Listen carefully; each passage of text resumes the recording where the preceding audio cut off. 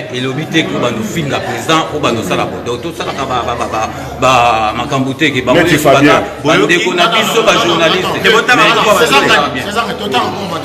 Est-ce que tu permets que journaliste à ça la est-ce que tu permets? Je permets à l'obaki ango tozali na état de droit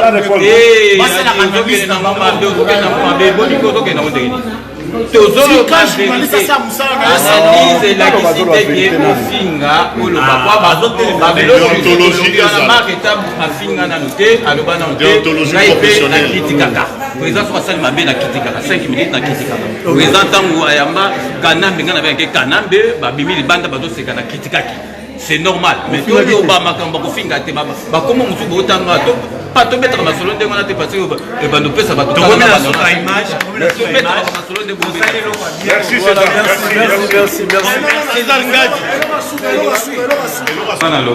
tout le monde est d'accord et il en restera ainsi pendant longtemps. On est des équipes, mais va vivre lobby une première dans l'histoire. Mon conjoint Bimaliban des athées donc tellement batu balalitina mabele balongoniata bango donc pour moi avec preuve donc mais batu oyo ba congolais mususu to loba ba kombo na bango te po baza bande ko na biso na gansi ba ozonga côté na biso ba monique to moni pe bango te pe ba go yate parce que ezali awa eza makambo ya président de la république aye na mboka ne place akola donc tozali awa na ba ngatu ko moni donc deka na loba ke tout le monde est d'accord et il en restera ainsi. L'obinde Magambo Kandi dans la conférence. 5 minutes et deux côtés au Babi Balukuna, notre collègue Atika Bisso, a comment la politique, notre collègue journaliste. Alors Babi, tu dis quoi? En tout cas, c'est un plaisir de voir que le président Fachi a en vogue. Et puis, a drainé foule, y compris les leaders d'opinion. Parce qu'il faut rappeler là-bas que Nengue to Telemiawa, Tozali ba figure, il y a ba ville, na ba pays de Vanda. En France, en termes d'opinion, il y a leadership, il y a opinion. Quand on voit, on sait que, en tout cas, message au Yoya, quand vous faites ça à la Belgique, ils ont gagné. Bien que vous en Belgique, vous avez la marque d'abord, vous représenter, pour quand il y a eu, vous représenter côté à nord. Élément. Soit la presse. Élément. Donc, tous tels que nous sommes là, tous alliés, pour vulgariser le message, il y a voyage, il y a chef de l'État. Et vous avez vu, le chef de l'État est très réceptif. Même dans Bandeko, il va passer un message contradictoire à son action. Il écoute. Il écoute. Au moment où nous parlons, les amis, qui ne sont pas nombreux, bien sûr, mais on les écoute. Voilà. Alors, il est un peu frustré, arrivé à président, mais apparemment, c'est normal.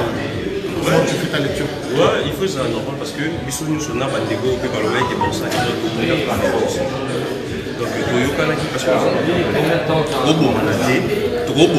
parce que nous sommes président, donc il s'est manifesté parce que jamais pouvoir est à la sang.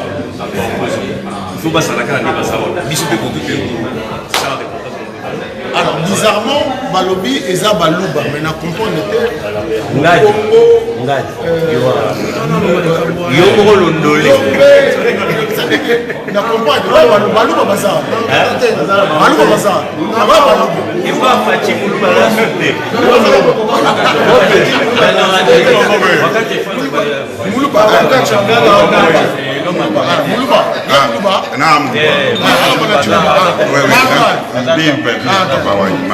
en tout cas,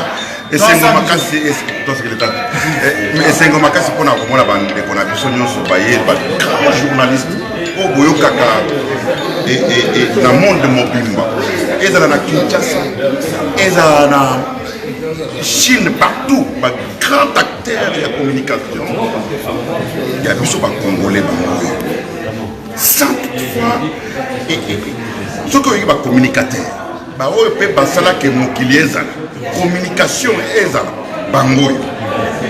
Merci. Donc esengo makasi mingi bande konangai mutu nyonso asalaka mabe mutu nyonso asalaka malamu mais ce qui mutu asali mabe yaka epa ya azali yebise ke tala ndeko yo osali mabe asalaka bongo te.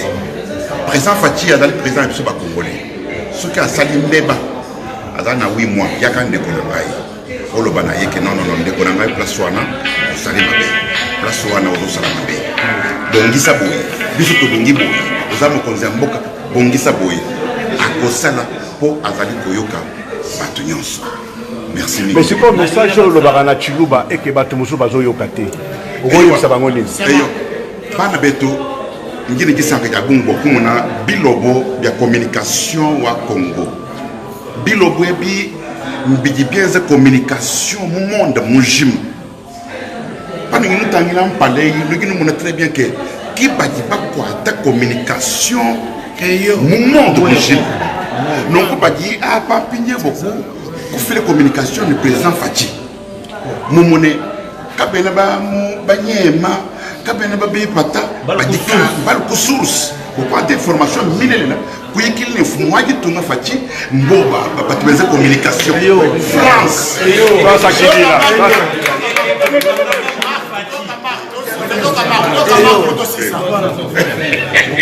Voilà, ok. Rapidement. Voilà, rapidement. S'il vous plaît. La question eza question tout le monde en va aller noter. Tu extrapoler pour les lots, mon azali na pouvoir na biso azali na école à Moulouba. Mais beaucoup ça veut dire que mon conseil biso abotina Moulouba te abotina école mususu pour la que na kati ndako na emoko aboti abali abotina Moulouba te abali pe na Moulouba te. Et il ko la kisanini que na kati ndako na emoko tribalisme ezali. Amen. Voilà. Alors dans série à Mobutu, tout le monde a rappelé Bandi. Dans série à Kabila, tout le monde a rappelé Bandi qu'on a biso pe Baswahili, moi Pembeni.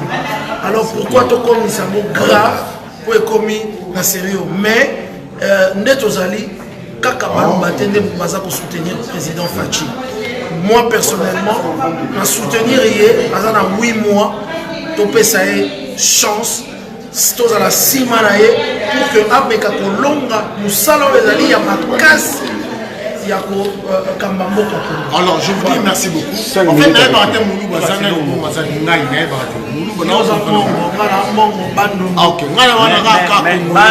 avons bénéficié de la gratuité enseignement. Congolais. Merci beaucoup. Alors une chose est à dire, tu peux simbo te faire vendre pour la biso, il y a communication, bazota la biso, Popol Mukelenge, la communication, IJCD. Tu voisalité Marius Munga, bouger les États-Unis. Donc vraiment communication nous bimba monde déjà pour bouger en faveur et en moussala pour chef d'État. Fabien Kouswanika, Pasteur Bobo, tout le monde Cheikh Fita. On va mettre un rapide discours à bientôt ça va hypocriser chez Totika Yobaka Makambo Nozolo Lobaka calme ma 5 minutes avec César Ngadi Lobaka au solo. Journaliste, mais tout bêta Ramasolo bien. Ce que bêta Masolo Mabé, c'est lui qui n'est pas avec nous et contre nous. Donc tout ça va mascarater. Président Nabiso, au gros critiquer la constructive. De produits cosmétiques pour la pommade, la peau métisse, pour les enfants, pour les hommes, pour les femmes, aussi pour les femmes enceintes. Quand vous arrivez chez Grâce Beauté Cosmétique Paris, posez vos bagages. On s'occupe de tout, on s'occupe de la restauration, on s'occupe de comment vous allez communiquer avec votre peau en toute sérénité. Ah, une plante verte d'Amazonia. Si vous avez des soucis de votre peau, vous voulez une meilleure retraite pour votre peau, vous voulez avoir le langage de la peau, venez chez Grâce Beauté Cosmétique Paris. N'hésitez pas, contactez-nous sur notre WhatsApp au 0033 6 23 22 73. Toute l'équipe Grâce Beauté sera à votre service. Kaloubi, le full boss, le boss, l'homme qui joue au Monopoly avec le vrai billet, le dragon de la monnaie. Chef d'entreprise, Papi Kaloubi, full boss. Non, rappelez Batoutou, toujours c'est l'album formidable de eux ensemble. Et je t'ai espéré dans la chanson Oyowe Rasona Yembeli pour la Papi Kaloubi full boss. Si, vous allez décider. Yokanzambe, la libala, kabana tanzambe bongola meso mwene fongola misu omona pe fongola matoi oyoka sango ya Mutuelle Misunga oyo eyeli bino bakongole nyonso oyo bobelaka bamaladi ya ndenge na ndenge oyo bozali pe na makoki ya kozwa ba soin de santé te ezala awa na mboka na biso to pe na libanda ya mboka na biso. Mpona yango esengeli koyeba kaka ke na $5 na yo ya pamba oyo okobanda kofuta chaque fin ya mois okobanda kozwa ba soin de santé awa na mboka na biso même na libanda ya mboka na biso soki maladi na yo esengi bongo pe check up okobanda kozwa yango chaque semaine kaka ndenge yo moko olingi ya kosamba pete mbezali te bino moko botala mama Colette oyo azalaki kobela kasi maladi na ye esengaki ke akende kozwa soin de santé na libanda ya mboka tala ndenge Mutuelle Misunga ezwaki en charge na nyonso kobanda Kinshasa bino moko botala ndenge azali komata pepo awa na aéroport ya Njili destination bondimela ngai Afrique du Sud mboka ya Mandela précisément na Johannesburg wapi tango akitaki logement na ye ya qualité ezalaki na maboko ya Mutuelle Misunga bino moko botala condition pardon ya kosamba kutu eza te ebongo check up na ye na Afrique du Sud to pe ba examen na ye evalaki kaka na maboko ya Mutuelle Misunga bino moko botala ndenge babali kosala ye contrôle ya nzoto donc maladi nyonso oyo evalaki kobela ebimaki pe emonanaki Misunga asungi mama azongi nzoto kolongono boyoka bino moko ndenge mama alobi bandeko soki botali na ba image elongi ya malade ndenge nazalaki na lelo esengo vraiment nami monaki vraiment ondire naza soki wapi ba séjour na ngai banda na yaki ti lelo vendredi nazoyebisa bino très bien bomoni mwa elongi na bongi muke kutu bato babi par rapport ndenge oyaki na lelo changement pena po l'air wana so botali ba image na ozala kaka na kitambala na mutu moyen kutu vraiment na se maquiller ezate à partir ya lobi na butu ti lelo naza vraiment très bien. Mutualité Misunga mokili mobimba Mutualité Misunga international kaka ndenge bomoni mama Colette ba soin de santé na ye esimbi yo pe ovali kolanda biso soki ovali banda ya mboka soki ndeko na yo abengo na Kinshasa ke azali malade komitungisama na yo te benga kaka Mutualité Misunga na numero oyo ndeko na yo na Kinshasa atovali na poto ye akozwa ba soin de santé à l'aisement calmement sereinement po Mutualité Misunga ezali wana tala kosamba na yo te kobanga na yo te komitungisa te luka kaka bandeko ya Mutuelle Misunga ezala maladi nini ovali kobela epa na bango okozwa solution lokola mama Colette azwi solution na ye kaka na $5 ya pamba oyo afuta na Misunga ememi eti na Johannesburg na Afrique du Sud na mboka ya Nelson Mandela eske na Mutuelle Misunga tembe ezali eza te Taza mwana mboka mais elobi te ko bando finga président o bando sala bodo to sala ka ba makambo te ke ba mo bana bande ko na biso ba journaliste est-ce que tu permets que journaliste à ça est-ce que tu permets président alobaki yango tozali na état de droit et na mama de ko na mama boni ko to ke na ondeni tozolo analyse elakisi te ke ofinga oloba kwa babiloko na marketa afinga nano te aloba nano te ngai mpe nakritikaka président soki asali mabe nakritikaka 5 minutes nakritikaka président ntango ayamba kanambe ngai nabengake kanambe babimi libanda bazoseka nakritikaki c'est normal mais toloba makambo kofinga te bakoma mosusu bootanga pas to mettre ma solo ndenge wana te parce que bando pesa bato to mettre la image ma solo de bombé merci César Ngadi grand prêtre de Bokancha ton abéton et le message à unité message à unité et là, c'est normal. Bien sûr. Journaliste en Boka, président Boka, on est allé Fachi. Tout le monde est d'accord. Bon, et là, Grand César. Pour lancer un message dans l'équipe Union surtout à Mokonzi que Mokonzi peut il faut y avoir biso. Voilà protocole. Message protocole. Un journaliste au boza komona oyo bolingaka air moko tia pembeni. Bango wana nde batambolaka na président Fachi ti akoma place ya komaki. Alors bino pe boye ko bakisa quelque chose l'équipe à Mokonzi ma journaliste mboko oyo bazali tokosenga tokutana na 5e jour ya président na 5e jour ya président Fachi même na 4e tokutana na ye avant amata ak les États-Unis pour la conférence de presse causerie morale biso na Mokonzi et ko sala pe bien parce que c'était biso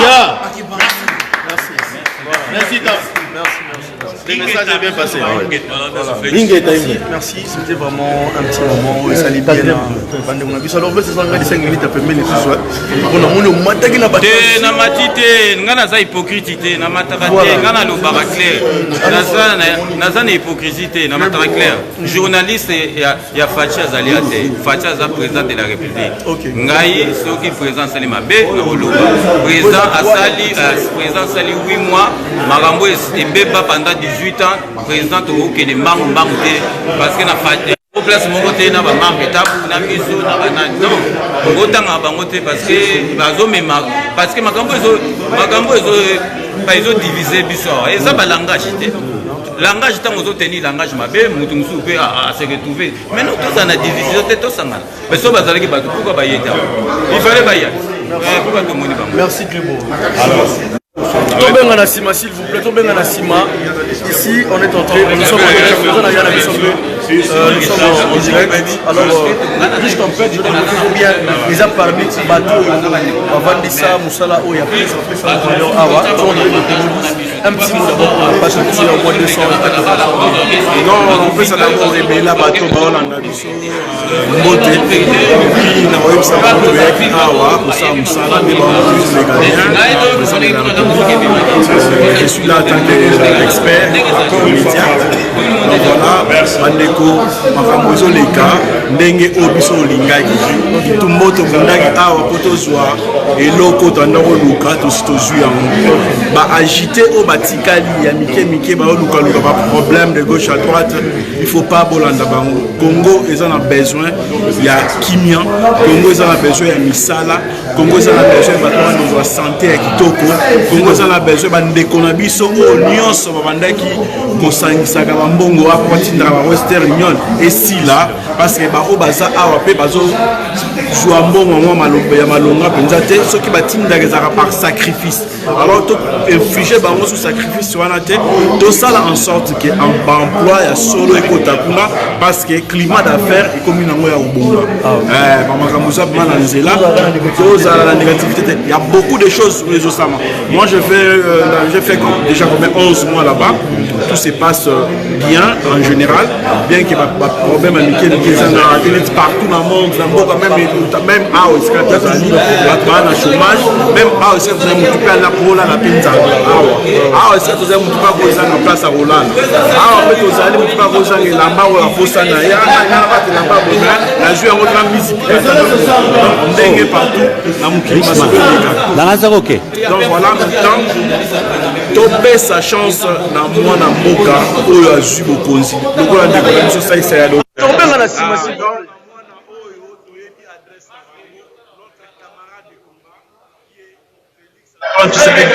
Aujourd'hui, chef de l'État congolais, Oyo, Oyebi parcours, on a bien, Iloba, Loba, Oyo, les gauche à droite, Bisso, Batozaki sur le terrain. Dans le côté polémique, il y a solo. L'élection, on va demander 1 milliard de francs pour gagner Félix Chauvin. Moi, j'étais candidat à Bandungouville, là où Bazo prétendre Fiefia, Payoubou. Nkolofa la nyataki mabele ya bana nkolonga na salaki na mitini na ngai la vidéo bandeko bamonaki ngape na salaki ngana salaki ye pa salaki ko salaki mais bato ngana ay candidat de l'unité nationale ya salaki candidat président de la République hein mais équilibre ko zaki entre ngana ay bato bamonaki donc dans lobby à élection bato me ba yake pa na nga ko senga ba PV témoin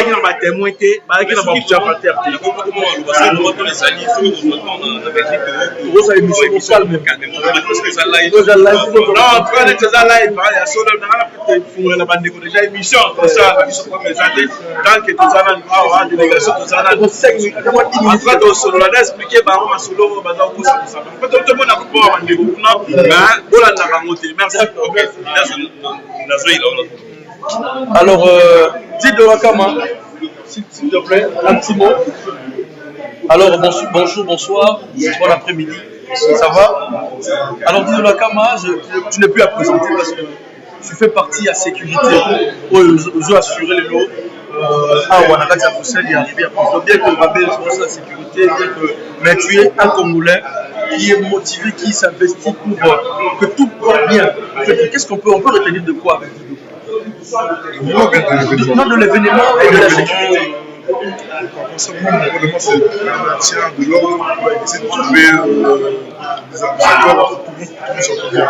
Aujourd'hui, les frères combattants avec la position, ils ont le droit de s'exprimer, mais c'était important aussi que hier, le président est arrivé à l'aéroport, j'étais présent avec mon équipe de sécurité, et il n'y a pas eu d'accident. Donc il y a eu, c'est ça qu'on veut, c'est que tout le monde puisse s'exprimer, que tout le monde puisse librement aller la démocratie. Voilà, c'est ça la vraie démocratie, qu'on essaie de donner à la communauté congolaise, d'être vraiment dans l'émotion et plus dans le respect des opinions des autres personnes, même si les autres personnes ne pensent pas comme vous. Bon, il y a un programme aujourd'hui très protocolaire, mais demain, c'est pour tout le monde. Mais demain, c'est l'événement phare. Justement, le président du Congo, Félix Tshisekedi, va recevoir la diaspora. Et là, nous compterons sur la population pour montrer un exemple. Qu'on soit pour ou contre, moi ce que je dis c'est qu'il faut absolument qu'on soit organisé, qu'on montre, n'oubliez pas que le monde nous regarde.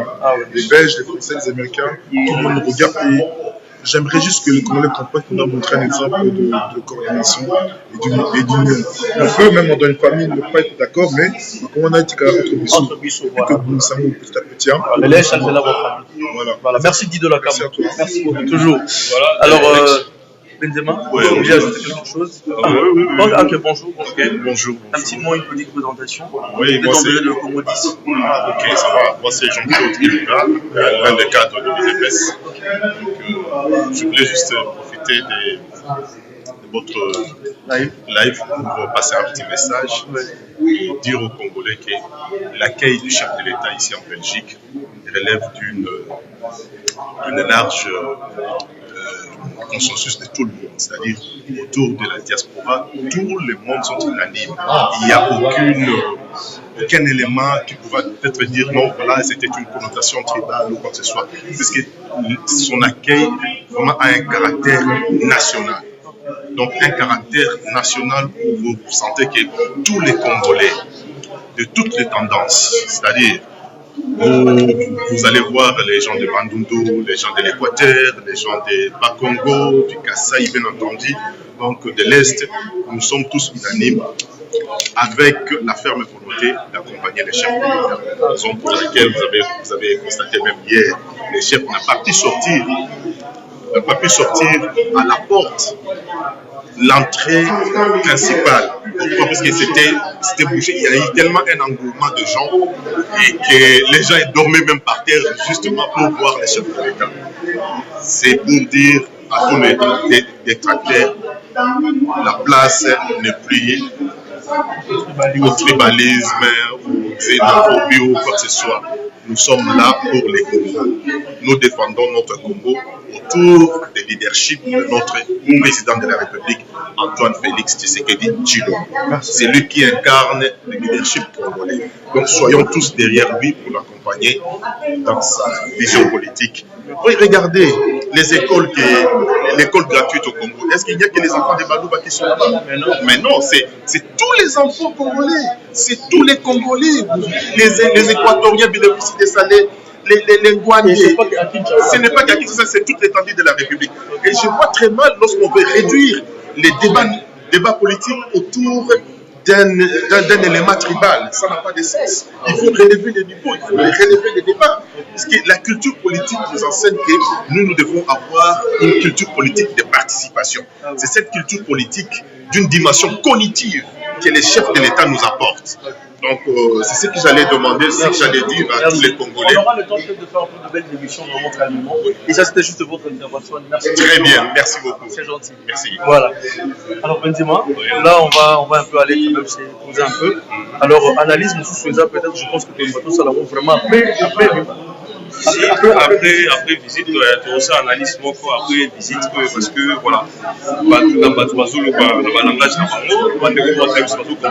on va comprendre comprendre de façon ma position est alliée en fait. Donc aussi quand on va tout voir la vision, nous tous azali journaliste, azali fanatique, azali n'a pas opinion.